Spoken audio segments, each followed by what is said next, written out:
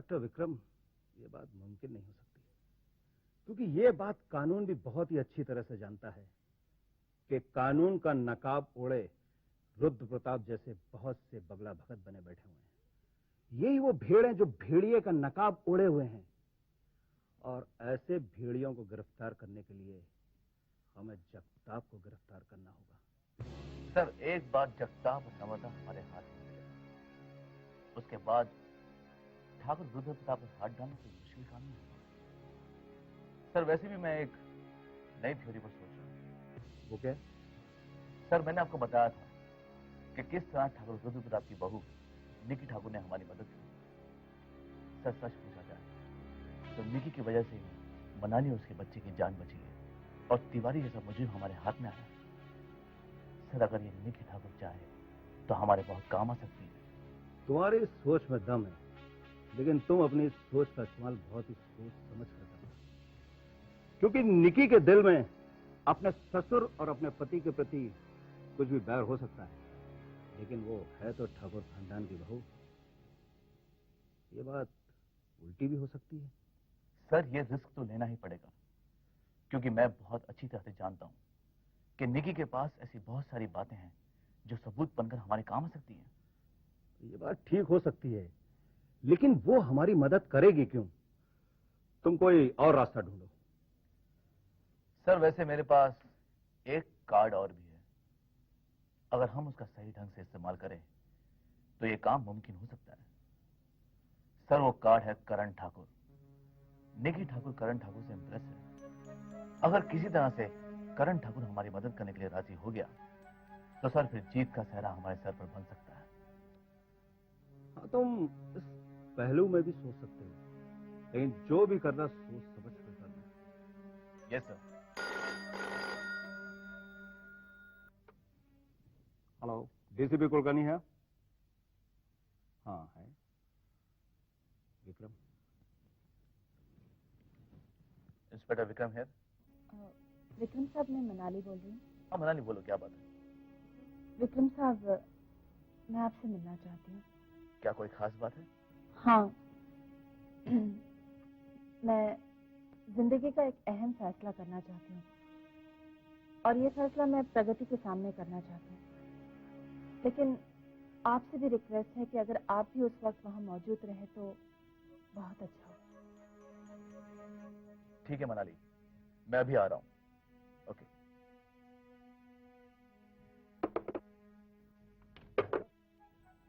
Sir, I should leave now. All the best. Thanks sir.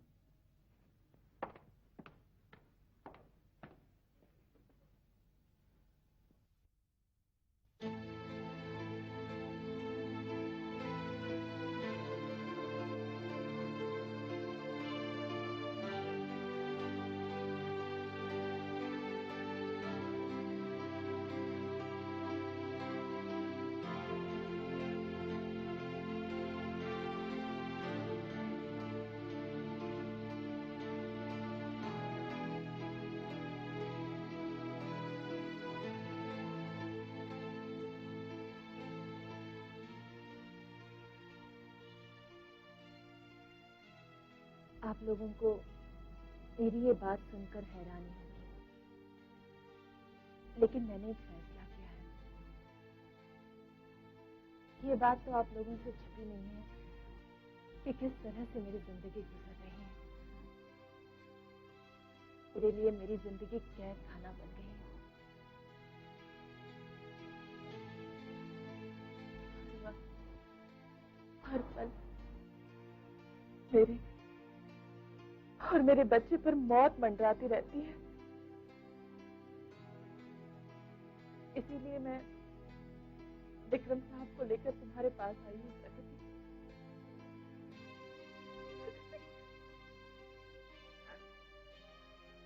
प्रगति, मैंने एक फैसला किया है, एक फैसला किया है मैंने। मैं अपने बच्चे की खातिर, उसकी जिंदगी की खातिर अपनी ममता का गला घोट दूंगी।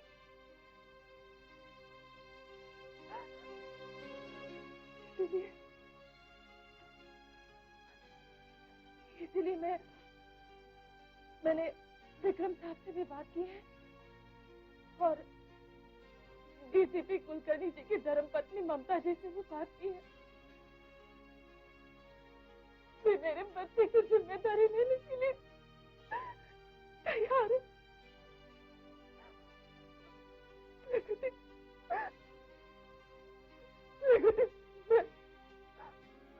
मैं अपने बच्चे को उनकी गोद में डालना चाहती हूँ।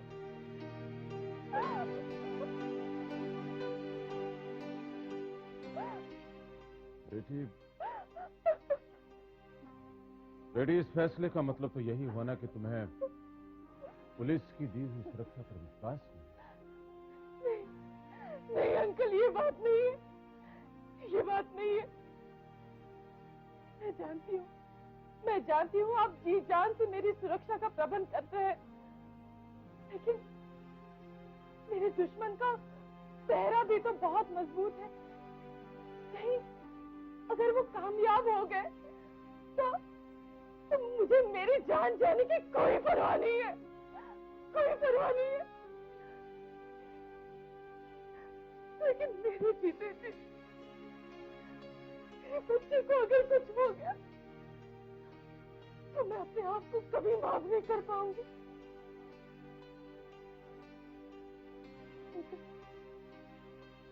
सच तो यही है कि जब तक मेरा नाम मेरे बच्चे के साथ जुड़ा रहेगा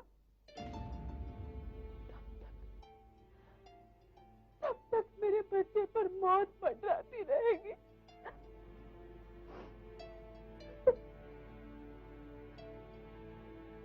मृणाली, इस फैसले पर मैं पूरी तरह तुम्हारे साथ हूँ। मैं समझ सकती हूँ अपने बच्चे को, अपने कलेजे के टुकड़े को अपने से जुदा करते वक्त एक माँ पर क्या बीत रही होगी। हाँ प्रगति, लेकिन हर माँ तो यही चाहेगी ना कि उसका बच्चा जिंदा रहे, फिर चाहे वो उसकी गोद में ना रहे, उसकी आंखों से दूर रहे, पर वो जिंदा रहे।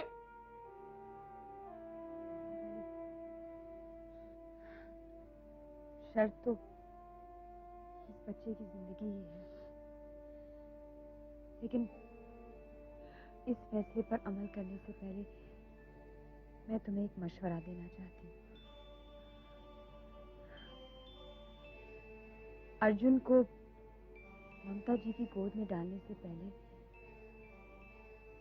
एक बार अर्जुन के हक के लिए अदालत में मुकदमा दायर कर दो। जैसे ही अर्जुन को अपना हक मिल जाएगा ना, फिर अर्जुन को ममता जी की गोद में डाल देना। और ये बात आई प्रॉमिस राज ही रहेगी। हम किसी को नहीं बताएंगे कि अर्जुन कहाँ है।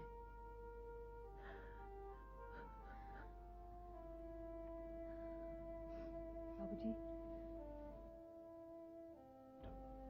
अब ये लड़ाई आपको ही लड़नी है। हाँ बेटे, दरअसल मेरी ये जंग भी तुम्हारी जंग का एक फैसला है, एक हिस्सा है।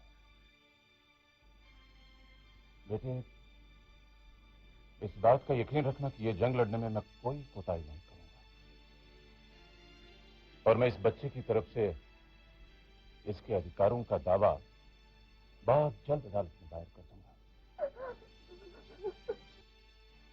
बेटे मनाली, मैं तुम्हें तुम्हारे किए हुए फैसले के लिए मुबारकबाद देता हूं। ये वो फैसला है जो शायद ही किसी मां ने अपने बच्चे के लिए पहली बार किया हो।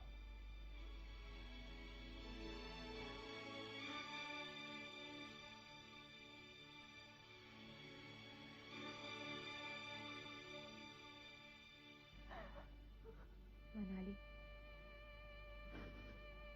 अब जब तुमने ये फैसला कर ही लिया है, इसका सहन करने की ताकत अपने आप में पैदा कर लो।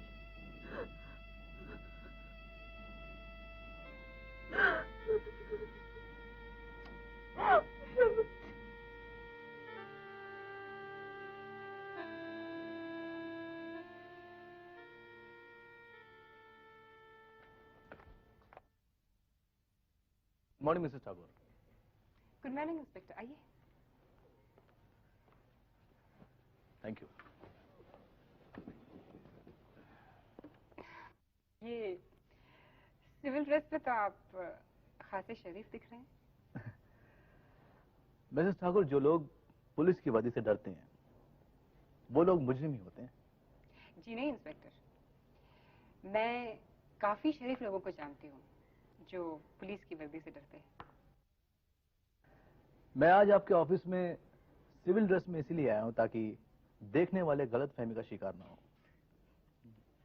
अच्छा, थैंक यू वेरी मच, बहुत बहुत शुक्रिया आपका। कहिए, मैं क्या खिदमत कर सकती हूँ? मिसेस ठाकुर, आपने जो इन्फॉर्मेशन हमें दी थी उसमें हमें कामयाबी मिली है। आपके इन्फॉर्मेशन की बदौलत एक खतरनाक मुजरिम हमारे हाथ में आया है और उसके साथ साथ 2 मासूम लोगों की जान भी बची है। यह आपके एक अच्छे शहरी होने का सबूत है। मिसेस ठाकुर, पुलिस तो आपकी शुक्रगुजार है ही और ये उम्मीद करती है कि आइंदा आप ऐसे ही हमारी मदद करेंगे। ऑफ कोर्स, ये क्या बात है? मिसेस ठाकुर, ये मनाली का मामला काफी पेचीदा हो गया है। मैं आपसे एक बात कहना चाहता हूं, अगर आप इसे बुरा ना माने। आप थोड़ी देर के लिए सिर्फ ये सोचें और मेरी नजर से देखें कि आप ये किस किस्म के माहौल में सांस ले रही हैं। इंस्पेक्टर विक्रम, आपने ये कैसे सोच लिया कि मैं जिस माहौल में हूँ वो मेरी पसंद का नहीं है, या कि यहाँ मेरा दम घुटता है? देखिए मिसेस ठाकुर, अगर आपको मेरी किसी बात का बुरा लगा हो तो मैं इसके लिए माफी चाहता हूँ, प्लीज।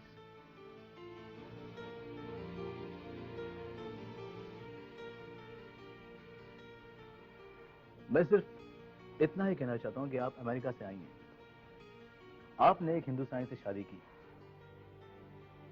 क्या आप अपने आप को कंफर्टेबल फील कर रही हैं?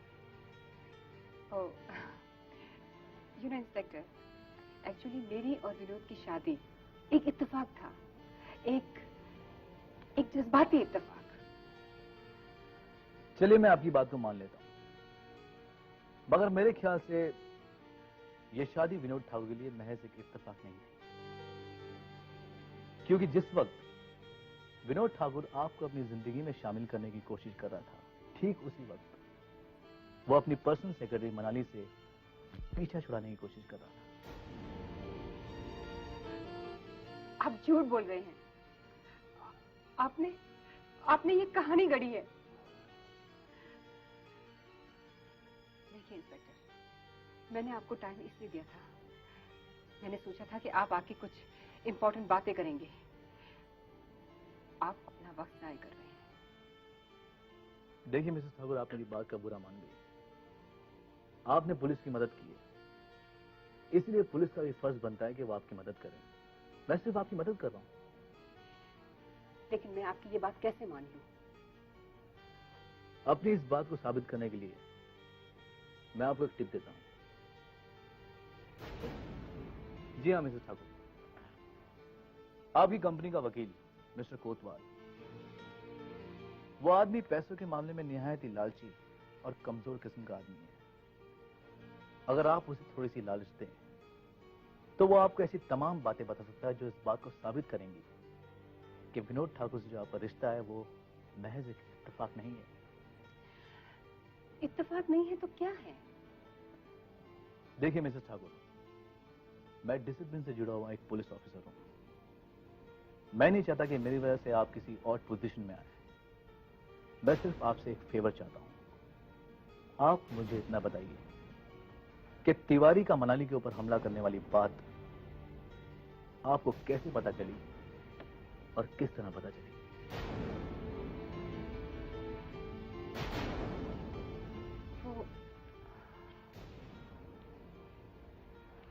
देखिए मिसेस ठाकुर, आप परेशान हो रही हैं और मैं आपको परेशान करना नहीं चाहता। ठीक है, मैं चलता हूँ। अरे विक्रम, तुम यहाँ पर? करण कैसे हो? भाई यहाँ पर कैसे? बस यूं ही। एनीवे, ये मेरा बहुत पुराना और बहुत अच्छा दोस्त विक्रम है। मैं विक्रम और डॉक्टर अनिल एक साथ कॉलेज में पढ़ा करते थे।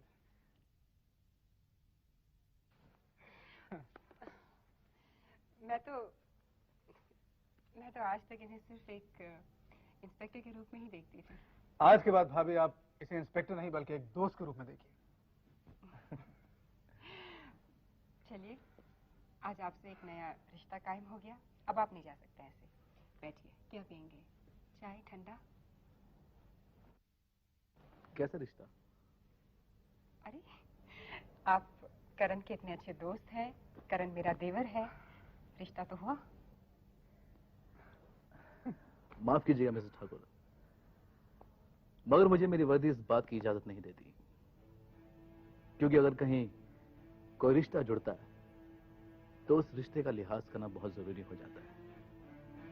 और वैसे भी हम पुलिस वालों के बारे में एक कहावत बहुत मशहूर है कि पुलिस वालों का रिश्ता सिर्फ कानून के साथ होता है और किसी के साथ नहीं। अब मैं आपसे इजाजत चाहूंगा। ओके करण, ये चाय किसी और दिन पी लेंगे। By the way Mrs Thakur, आप मेरी इस बात पर गौर कीजिएगा। बाय।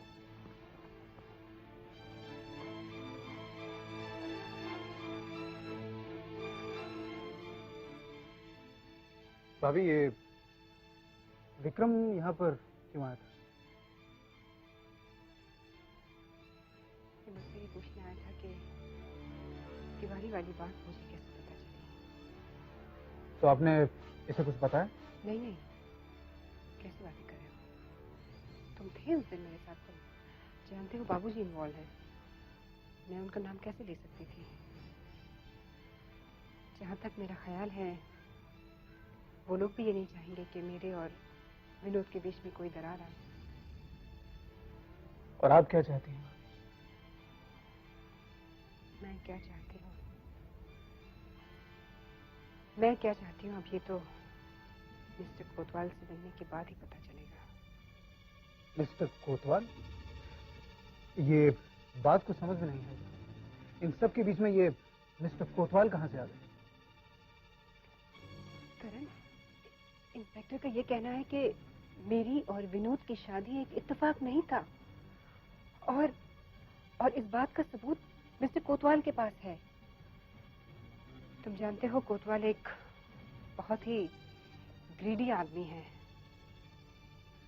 इंस्पेक्टर विक्रम ये सोचते हैं कि अगर कोतवाल को मैं जाकर कुछ लालच दूं तो वो ये सच्चाई मुझे बता देगा। भाभी, माना कि विक्रम मेरा बहुत अच्छा दोस्त है, लेकिन सबसे पहले वो एक पुलिस ऑफिसर है। हो सकता है इस सबके पीछे उसकी कोई चाल हो, किसी तरह का कोई हथकंडा अपना रहा हो सकता है, लेकिन आजमाने में तो कोई बुराई नहीं है। वो तो ठीक है भाभी, लेकिन आपका एडवोकेट कोतवाल को मिलने जाना, ये बात कुछ मुझे ठीक नहीं लग रही है। जबकि इस काम के लिए आपके पास एक बहुत ही शातिर और बहुत ही तजुर्बेकार आदमी मौजूद है, रोमी बहल। तुम ठीक कह रहे हो, हमें ये काम रोमी से करवाना चाहिए। लेकिन करण, मुझे डर लग रहा है। अगर इस बात में जरा सी भी सच्चाई है तो एक बहुत बड़ा तूफान आएगा। भाभी, आपको बिल्कुल फिक्र करने की जरूरत नहीं। आपकी तरफ जो भी तूफान उठेगा, मैं उसका मुंह मोड़ूंगा। करण, ना जाने क्यों मुझे ऐसा लग रहा है कि तुम मुझे डूबने नहीं दोगे।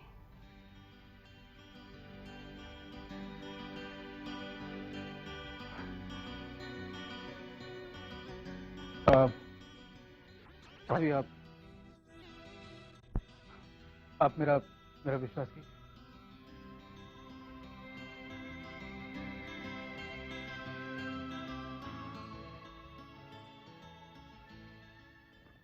सर मैं आपका मैसेज दे दूंगी। हाँ हाँ हाँ, ओके बाय।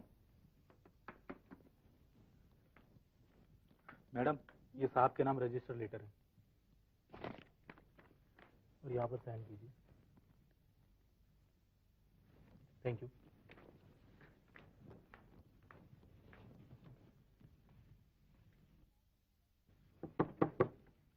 मैं कम इन सर? कम इन।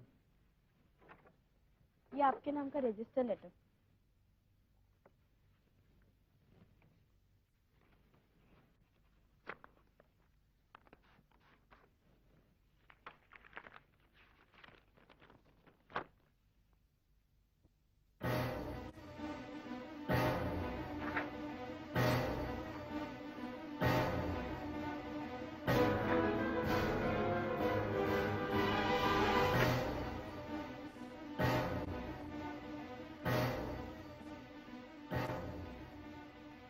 रोजी, तुम जरा ऑफिस का ख्याल रखो, मुझे रतनपुर जाना होगा।